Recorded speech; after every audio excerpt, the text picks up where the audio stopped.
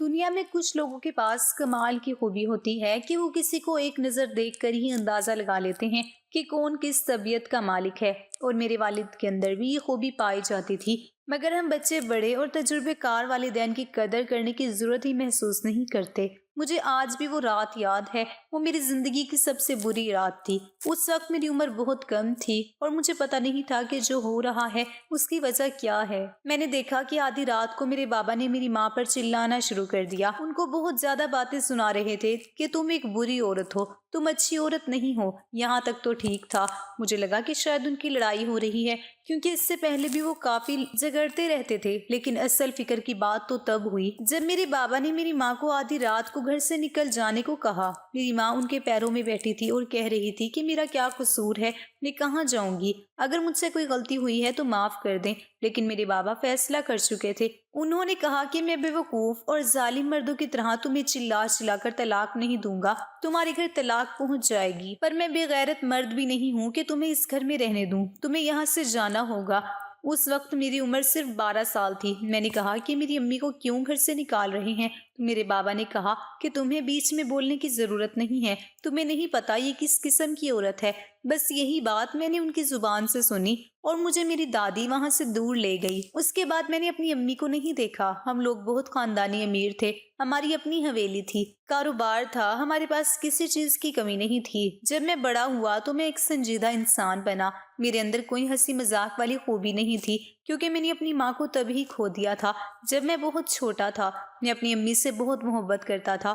میرے بابا تو ہمیشہ کاروبار میں ہی مصروف رہتے تھے، میری امی ہی تھی جن کے ساتھ میں اپنے دل کی ہر بات کرتا تھا۔ پر میرے بابا نے ان پر الزام لگا کر انہیں گھر سے نکال دیا، ان کو طلاق دے دی اور شاید ان سے یہ وعدہ لیا کہ وہ مجھ سے کبھی ملنے کی کوشش نہ کرے، کیونکہ اس دن کے بعد سے میں نے ان کو کبھی نہیں دیکھا تھا۔ جب میں بڑا ہو گیا تو میں نے ان کو تلاش کرنے کی بھی بہت کوشش کی، لیکن وہ ایسی جگہ گئی کہ ان کے پیچھے ان تک جانے کا کوئی بھی راستہ نہیں ملا۔ مجھے لگتا تھا کہ میں ان کو تلاش کر لوں گا، آخر انہوں نے ایسا بھی کیا کیا تھا، لیکن بابا نے یہ بات کبھی بھی نہیں بتائی۔ ان سے کئی بار پوچھا، میرے بابا ابھی بھی زندہ تھے، اپنے کمرے میں رہتے تھے، اب کاروبار کو میں دیکھا کرتا تھا۔ بابا کو بہت سی بیماریوں نے گھیر لیا تھا، اس لیے ان کے پاس بیٹھ کر دل کی باتیں کرتا تھا۔ وہ مجھ سے اپنے دل کی ہر بات کرتے تھے، پر جیسے ہی امی کا موضوع شروع کرنے لگتا تھا تو وہ مجھے کمرے سے باہر نکل جانے کا کہہ دیتے تھے، جیسے ان کو پتہ چل جاتا تھا کہ میں یہی جاننے کے لیے اتنی دیر سے بیٹھا تھا۔ ان کو مجھ پر غصہ بھی آ جاتا تھا۔ میں نے بہت کوشش کی کہ اپنی ماں کا جرم جان سکوں، بہت کوشش کی ان کو تلاش کر سکوں، سب کچھ کر کے دیکھ لیا، لیکن کچھ حاصل نہ ہوا۔ پھر میں نے بھی تھک ہار کر اس موضوع پر توجہ دینا چھوڑ دی اور اپنی زندگی میں مصروف ہو گیا۔ میرے لیے میرے بابا نے ایک لڑکی تلاش کر لی تھی، لیکن میں تو کسی اور سے محبت کرتا تھا۔ مجھے پتا تھا کہ ہمارے گھر میں آج تک کسی نے بھی محبت کی شادی نہیں کی تھی، اور اگر میں یہ بات بابا سے کرتا تو وہ شاید مجھے جائیداد سے بھی نکال دیتے۔ لیکن میں نے یہ سب کچھ سوچا ہوا تھا، میں سوچ چکا تھا کہ جائیداد سے نکال دیں گے تو نکل جاؤں گا، نوکری کر لوں گا، لیکن جس لڑکی سے محبت کرتا ہوں اسی کے ساتھ اپنی زندگی گزاروں گا۔ اور وہی بات ہوئی کہ جب بابا کو پتا چلا تو انہوں نے بہت زیادہ غصہ کیا اور یہی کہا کہ میں تمہیں جائیداد سے نکال دوں گا۔ پھر جب میں نے کہا کہ ٹھیک ہے نکال دیں، تو مجھے پہلی دفعہ میرے بابا کی آنکھوں میں ڈر نظر آیا، کیونکہ میں ان کا اکلوتا بیٹا تھا اور ایک ہی وارث تھا۔ شاید وہ نہیں چاہتے تھے کہ میں گھر چھوڑ کر چلا جاؤں۔ انہوں نے کہا کہ ٹھیک ہے، اگر تمہاری یہی ضد ہے تو ایک دفعہ میں اس لڑکی سے ملنا چاہتا ہوں جس کے ساتھ تم شادی کرنا چاہتے ہو۔ وہ لڑکی میرے ساتھ کالج میں پڑھتی تھی، اس کا نام اشال تھا۔ وہ بہت ہی زیادہ خوبصورت تھی۔ میرے بابا زمانہ شناخت آدمی تھے، انسان کی روح تک جھانک کر دیکھ لیتے تھے کہ وہ کس طرح کا ہے۔ میں نے اشال کو پہلے ہی سمجھا دیا کہ تم نے بابا کے سامنے کس طرح سے پیش آنا ہے۔ اس نے کہا کہ تم فکر مت کرو، ایسا ہی ہوگا۔ وہ بھی امیر خاندان کی آزاد خیال لڑکی تھی، لیکن میں نے اسے کہا کہ تمہیں شلوار قمیض پہن کر آنا ہوگا، سر پر دوپٹہ رکھنا ہوگا، سب کچھ سمجھا کر لایا تھا۔ کئی دفعہ اس کو کہا بھی کہ ویسے بول کر اور چل کر دکھاؤ جیسا میں نے کہا تھا۔ ایک دفعہ تو وہ مذاق کرنے لگی کہ تم مجھے اپنے والد سے ملوانا چاہتے ہو یا کسی ڈرامے میں کام کروانا ہے، تو میں نے کہا کہ مذاق نہیں کرو، ہماری زندگی اور موت کا مسئلہ بنا ہوا ہے اور تم کو مذاق کی پڑی ہے، تم نہیں جانتی میرے بابا کو۔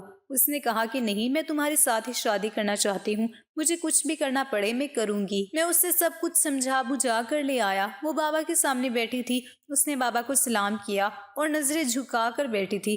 जब आप कुछ होते नहीं लेकिन बनने की कोशिश करते हैं तो पता चल ही जाता है। इसलिए मैंने उससे कहा था कि जरा नॉर्मल ही रहना, ज्यादा भी सलीका शार और मासूम बनने की कोशिश ना करना। बाबा जो बात पूछे उसका आंखें उठाकर उनको देखते हुए जवाब देना। अभी तक तो वो सब कुछ ठीक कर रही थी। बाबा ने उससे ज्यादा कुछ नहीं पूछा।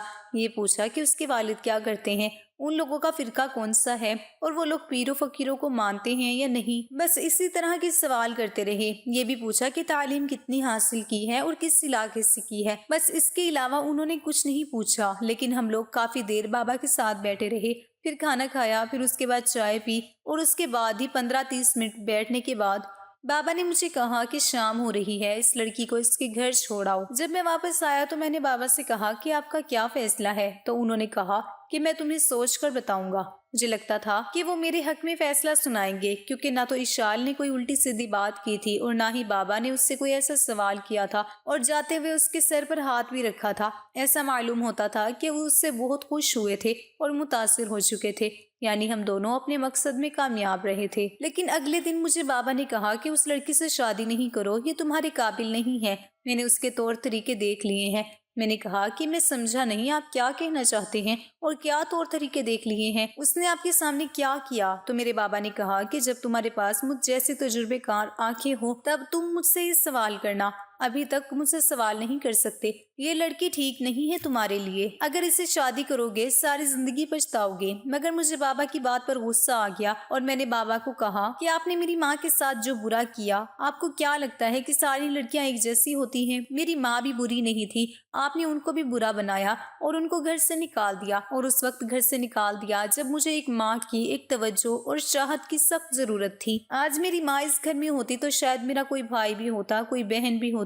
आपने तो दोबारा शादी नहीं की, अपनी तन्हाई में जिंदगी गुजार ली। लेकिन मैं कितना तन्हा रह गया, इसके बारे में आपने कभी नहीं सोचा। मैं इशाल से ही शादी करूंगा और अगर आप मेरी शादी उससे नहीं करवाएंगे तो रखें ये दौलत अपने पास, ये जायदाद नहीं चाहिए मुझे कुछ भी। क्या करेंगे इस जायदाद का? कल को आप इस दुनिया से चले जाएंगे और ये जायदाद लोग उठा कर ले जाएंगे, लेकिन मैं वापस नहीं आऊंगा। अगर मेरी इशाल से शादी नहीं करवाएंगे तो मैं चला जाऊंगा। मुझे कोई शौक नहीं है आपकी जायदाद में और ना ही इस हवेली में रहने का। मैं नौकरी कर लूंगा और आपसे ज्यादा पैसे कमा लूंगा। मेरे मुंह में जो आया मैंने बोल दिया, क्योंकि मुझे पता था कि यही बोलने का सही वक्त था, वरना कुछ और ही हो जाता। मेरे बाबा खामोश हो गए। उन्होंने कहा कि कर लो उससे शादी और याद रखना उस औरत के साथ कभी खुश नहीं रह पाओगे। मुझे इस बात पर भी बहुत गुस्सा आया कि माँ बाप बच्चों को दुआएं देते हैं और मेरा बाप मुझे बद दुआएं दे रहा है।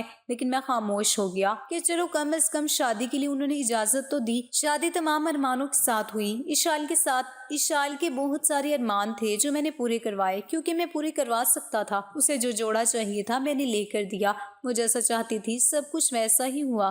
जैसे सजावट का उसने कहा था वैसे ही करवाई गई। जितनी रस्में उसने कहा था कि हमने करनी है, हमने सारी रस्में की, क्योंकि शादी एक दफा होती है तो खुशी से ही करनी चाहिए। अब वो मेरी जिंदगी में आ गई थी, मेरी बीवी बन गई थी। आज हमारी शादी और वलीमे के बाद पहला दिन था। मैंने उससे कहा कि इस हवेली की एक रस्म है कि तुम्हें सुबह उठकर सबके लिए मीठा बनाना होगा, लेकिन वो देर से उठी। मैंने कहा कि कोई बात नहीं, देर हो गई तो क्या हुआ, जाकर मीठा बना लो। थोड़ी देर बाद उसने टेबल पर बहुत ही मजेदार किस्म की खीर बनाकर पेश कर दी। सबने तारीफ की और कहा कि बहुत अच्छी बनी है। रिश्तेदार हमारे घर आए हुए थे, आहिस्ता आहिस्ता जाने लगे। मेरी बीवी से सारे लोग ही बहुत खुश थे। उन्होंने कहा कि बहुत अच्छी लड़की है। मैंने कहा कि तुमने खीर बहुत अच्छी बनाई है, दोबारा मेरे लिए बना दो। तो उसने कहा कि मैंने नहीं बनाई थी, मैंने तो होटल से मंगवाई थी। मैं उस बात पर हैरान रह गया। मैंने कहा कि तुमने मुझे बताया क्यों नहीं? तो उसने कहा कि तुम्हें बताती तो तुम्हारे मुंह से कोई बात निकल जाती। देखो रस्म भी हो गई, सारे खुश भी हो गए और सबने खीर भी खाई। मैंने कहा कि तुम्हें खाना बनाना नहीं आता? तो कहने लगी कि नहीं, मैंने क्यों खाना बनाना था, हमारे घर में तो नौकर खाना बनाते थे। तो फिर जब एक काम नौकर कर सकते हैं तो हमें वो काम सीखने की क्या जरूरत है? हमें बस इतने पैसे कमाने चाहिए कि हम आराम से नौकर रख सकें। बात तो उसकी ठीक थी। मैंने कहा कि ठीक है, लेकिन ये बात किसी को पता न चले। अगर दोबारा बाबा ने तुमसे कुछ बनाने की फरमाइश की तो मुझे बताना, मैं उस वक्त तुम्हारा साथ दूंगा। लेकिन मैं तुम्हें ये भी कहूंगा कि थोड़ा बहुत खाना बनाना सीख लो तो अच्छा है, कभी कभी होटल बंद भी होते हैं। मैंने मुस्कुरा कर कहा। तो उसने कहा कि जब होगा तब देखी जाएगी, हमारी जिंदगी अच्छी गुजर रही थी, सब कुछ बिल्कुल ठीक था। शुरू में वैसे भी सब कुछ ठीक ही होता है, जब दिन गुजरते हैं तो पता चलता है, और मेरे साथ भी यही होने वाला था। लेकिन मुझे अंदाजा नहीं था। जैसे कि मैंने पहले बताया, सारा कारोबार भी मैं ही देखता था और सारे खर्चों का हिसाब मेरे हाथों में ही था। मैंने एक मैनेजर रखा हुआ था जो सारे बिल अदा करता था, लेकिन एक दफा वो बिल मेरी नजरों से गुजरते थे ताकि मुझे पता चले कि कहाँ कितनी रकम इस्तेमाल हो रही है। उसमें एक बिल मेरे क्रेडिट कार्ड का भी था। जब मैंने उस बिल को देखा तो मेरे कदमों तले से जमीन निकल गई। मैं हैरान रह गया कि आखिर इससे इतनी ज्यादा शॉपिंग किसने कर ली है। फिर मुझे याद आया कि मेरा कार्ड तो मेरे कोट की जेब में पड़ा था। ऐसी शॉपिंग कोई कैसे कर सकता था। मैंने जाकर अपनी बीवी से पूछा तो उसने कहा कि हाँ, मैंने आपका कार्ड लिया है, मैं आपकी बीवी हूँ तो मेरा हक बनता है, क्या मैं नहीं ले सकती। मैंने कहा कि बेशक तुम ले सकती हो और मेरी हर चीज पर तुम्हारा हक है, लेकिन कोई इस तरह भी शॉपिंग नहीं करता। ऐसा भी क्या खरीदा है तुमने, दिखाओ मुझे। इतना सारा कुछ खरीदने की क्या जरूरत थी, अभी तो शादी में हमने तुम्हारे लिए सब कुछ नया बनाया था। इशाल के चेहरे से मुस्कुराहट गायब हो गई। उसने कहा कि आपने हर वो चीज तो नहीं बनाई थी ना जो मेरे दिल को अच्छी लगती है। मुझे कोई चीज पसंद आ गई तो मैंने ले ली। अब क्या सारी जिंदगी वही चीज मैं इस्तेमाल करती रहूंगी जो आप लोगों ने एक दफा मेरे लिए बना दी है, या मैं फिर से शॉपिंग नहीं कर सकती। इस बात पर मैं खामोश हो गया और मैंने कहा कि अच्छा चलो दिखाओ मुझे तुमने क्या लिया है, मैं भी तो देखूं कि तुम क्या खरीद कर लाई हो। मैंने अपने आप को थोड़ा पुरसुकून रखा और मुस्कुरा कर बात की, क्योंकि मैं देखना चाहता था कि उसने क्या खरीदा है। मुझे लगा कि बहुत सारा सामान होगा क्योंकि बिल बहुत ज्यादा था। लेकिन जब विशाल बैग में से कुछ निकाल कर वापस आई तो उसके हाथ में सिर्फ 2 ही जोड़े थे। मैंने कहा ये क्या, बस 2 सूट? उसने कहा कि ऐसे वैसे सूट नहीं है, एक जोड़ा 1.5 लाख का है। मैंने कहा क्या हो गया है, तुम्हें इतने महंगे जोड़े लेने की क्या जरूरत थी, क्या किसी की शादी है? तो उसने कहा नहीं, किसी की शादी नहीं है, पर तुमसे शादी की है तो इतने महंगे जोड़े तो मैं पहन सकती हूँ ना। इस पूरी हवेली के मालिक हो तुम कि तुम्हारी बीवी 1.5 लाख का जोड़ा नहीं पहन सकती। उसकी बात पर मैं हैरान हो गया। मैंने कहा कि देखो, अगर खानदान में कोई शादी होती तो बेशक मैं तुम्हारे लिए बहुत महंगा जोड़ा खरीदता। तुम इस घर की अकलौती बहू हो, लेकिन इसका मतलब ये नहीं है कि बिला वजह और बिला मकसद तुम लाखों के जोड़े पहनती फिरो। तुम्हें अच्छे से अच्छा जोड़ा लेकर दिया जाता है, वो भी कोई कम कीमत का नहीं होता, लेकिन लाखों के जोड़े पहनना ये कहाँ का इंसाफ है। अब तो तुमने ले लिए हैं, लेकिन आइंदा इस तरह की हरकत ना करना। मैंने बात बहुत ही तरीके से की थी। मुझे लगा था कि वो मेरी बात मान जाएगी और ऐसा कोई रद्द अमल नहीं देगी। वैसे भी मैंने उसे ये तो नहीं कहा था कि तुमने ये अच्छा नहीं किया, मैं बहुत खफा हूँ, ये जोड़े वापस करके आओ। लेकिन मेरी बीवी मुझसे नाराज हो गई। पूरे 1 हफ्ते तक उसने मुझसे बात नहीं की।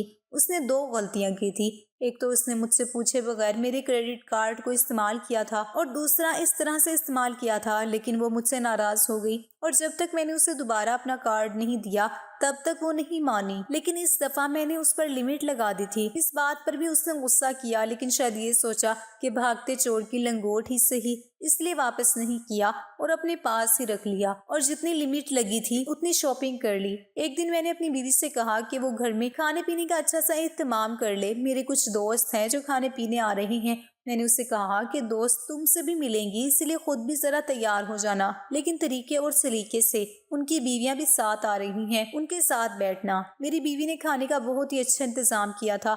मेरी बीवी बहुत ज्यादा फजूल खर्च थी और उसने ज्यादा ही पैसे लगा दिए थे, लेकिन खाना बेशक बहुत अच्छा बनाया था। जब मैं घर में दाखिल हुआ तो मुझे खुशबू से ही अंदाजा हो गया। मेरे दोस्त भी मेरे साथ थे, लेकिन मैंने अपनी बीवी को देखा तो हैरान रह गया।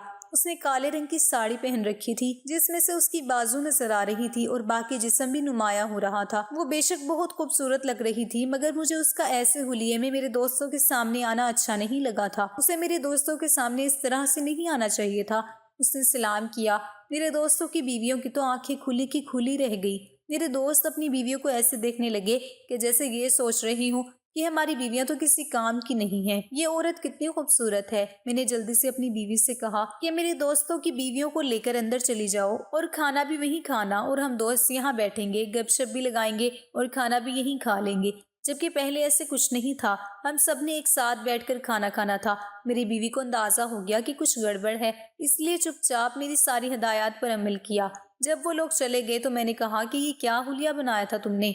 मैंने तुम्हें कहा था कि तरीके और सलीके से तैयार होना और तुमने इस तरह के कपड़े पहन लिए। तो वो कहने लगी कि आपके दोस्तों के सामने जाना था, उनको भी तो पता चले कि मैं कितनी खूबसूरत हूँ। तो मैंने कहा कि किसी को ये बताने की कोई जरूरत नहीं कि तुम कितनी खूबसूरत हो। तुम जितनी भी खूबसूरत हो मेरे लिए हो, किसी और के लिए नहीं हो। ये बात तुमने कैसे कर दी कि तुम उनको अपनी खूबसूरती दिखाना चाहती थी? इस तरह करके तुम्हें क्या मिल गया? मुझे अपनी बीवी की बात और हरकत पर शदीद गुस्सा आया। आज अपनी बीवी को खूब डांट दिया, वो भी नाराज हो गई और मैंने उसे मनाया भी नहीं। मुझे उसका ये तरीका बिल्कुल भी पसंद नहीं आया था, मगर उसे ज्यादा से ज्यादा डांट ही सकता था और मैंने यही किया।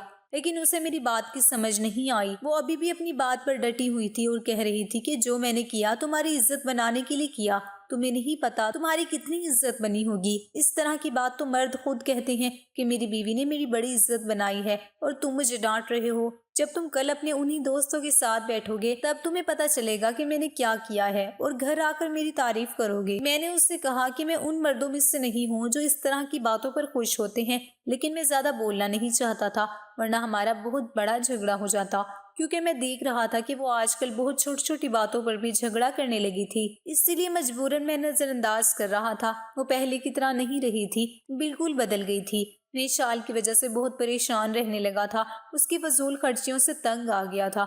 उसकी अजीबोगरीब बातें, वो जैसे खुद को सजा कर रखती थी। हमारा घर खंडर बनता जा रहा था। ये सच था कि काम नौकरों ही करने होते हैं, लेकिन उनसे काम करवाना भी तो जरूरी होता है, नहीं तो नौकर भी अपनी मनमानी करने लगते हैं। और वैसे भी हर काम भी नौकरों के करने का नहीं होता। हमारा घर इतना गंदा भी नहीं था जितना अब हो गया था। मैं इस कदर परेशान रहने लगा था कि हाई ब्लड प्रेशर की गोलियां खाने लगा था। एक दिन अपने बाबा के कमरे में गया और कहा कि मेरी ब्लड प्रेशर की दवाई खत्म हो गई है, आपके पास होगी क्या? तो उन्होंने कहा कि हाँ, मैं तो रोज खाता हूँ, लेकिन तुम्हें खाने की क्या जरूरत पड़ गई और आज इतने दिनों बाद मेरे कमरे में आए हो और बदले बदले लग रहे हो। मैंने कहा कि गोली दे दे, बहुत थक गया हूँ।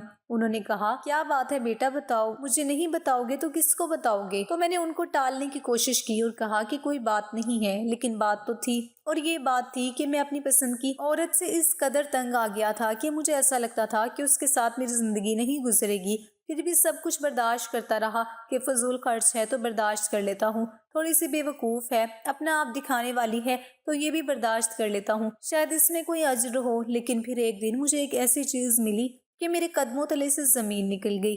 ये मेरी इशार ने मेरे साथ क्या कर दिया था। वो चीज़ लिए मैं अपने बाबा के कमरे में चला गया। उनको दिखाई तो वो भी सारी दास्तान समझ गए। उससे पहले मैं अपनी बीवी से झगड़ा भी कर चुका था। वो भी अपने कमरे में बैठी थी, उसे किसी बात की परवाह नहीं थी। मैं जाकर बाबा के कदमों में बैठ गया और रोते हुए कहने लगा कि आपने बिल्कुल ठीक कहा था, ये औरत मेरी जिंदगी बर्बाद कर रही है। मैं उसके साथ बिल्कुल भी खुश नहीं हूँ और इसकी फजूल खर्चियों से मेरी दौलत खत्म होती जा रही है। उसने मेरे घर को खंडर बना दिया है, मेरे दोस्तों यारों के सामने अपना आप दिखाती है। जब मेरे साथ जाती है तो सारे लोग उसको देखते हैं और ये इस बात पर खुश होती है। नामाकूल कपड़े पहनकर मेरे साथ चल पड़ती है। और अब ये देखें इसने क्या किया। बाबा आप देख रही हैं ना, इसने हमारे वारिस की जान ले ली, उसे इस दुनिया में आने से पहले ही मार दिया। और जब मैंने उससे पूछा कि उसने ये सब क्यों किया तो कहने लगी कि मैं अभी बच्चा नहीं पैदा करना चाहती, वरना मेरा वजूद खराब हो जाएगा। ऐसा कोई करता है भला? मैं ज़ारों के तार रो रहा था। बाबा ने मेरे सर पर हाथ रखा और कहा कि मैंने तो तुम्हें पहले ही कहा था कि ये औरत तुम्हारे लिए ठीक नहीं है। तो मैंने उनको हैरान होकर देखा और कहा कि लेकिन आपको कैसे हर बात पता चल जाती है? आपने तो इस शाल के साथ बामुश्किल 1 घंटा ही गुजारा था, आपको कैसे पता चल गया था कि वो इस तरह की औरत है? मेरे बाबा ने कहा कि एक बुरी औरत के अंदर यही 3 निशानियां होती हैं। एक तो ये कि वो अपने शोहर की दौलत की हिफाजत नहीं करती, शोहर का माल मुफ्त समझकर जाया करती है। दूसरा ये कि वो अपना आप जाहिर करती है, वो अपने जिस्म को ढांप कर नहीं रखती, उसे गैरों से तारीफ करवाने का ज्यादा शौक होता है। और तीसरा ये कि वो कभी भी आपकी नस्ल बढ़ाने की बात नहीं करती। अगर मजबूरी में ऐसा हो जाए तो अलग बात है, वरना वो ये सब कुछ करती है जो तुम्हारी बीवी ने किया। मैंने कहा कि आपने बिल्कुल ठीक कहा था, वाकई आपका तजुर्बा ठीक था, मुझे आपके तजुर्बे से फायदा उठाना चाहिए था और आपकी बात माननी चाहिए थी। लेकिन मैंने खुद तजुर्बा करके अपनी जिंदगी बर्बाद कर ली और आपका दिल भी दुखाया। मैं रो रहा था और फिर रोते रोते मैं अचानक से चौंका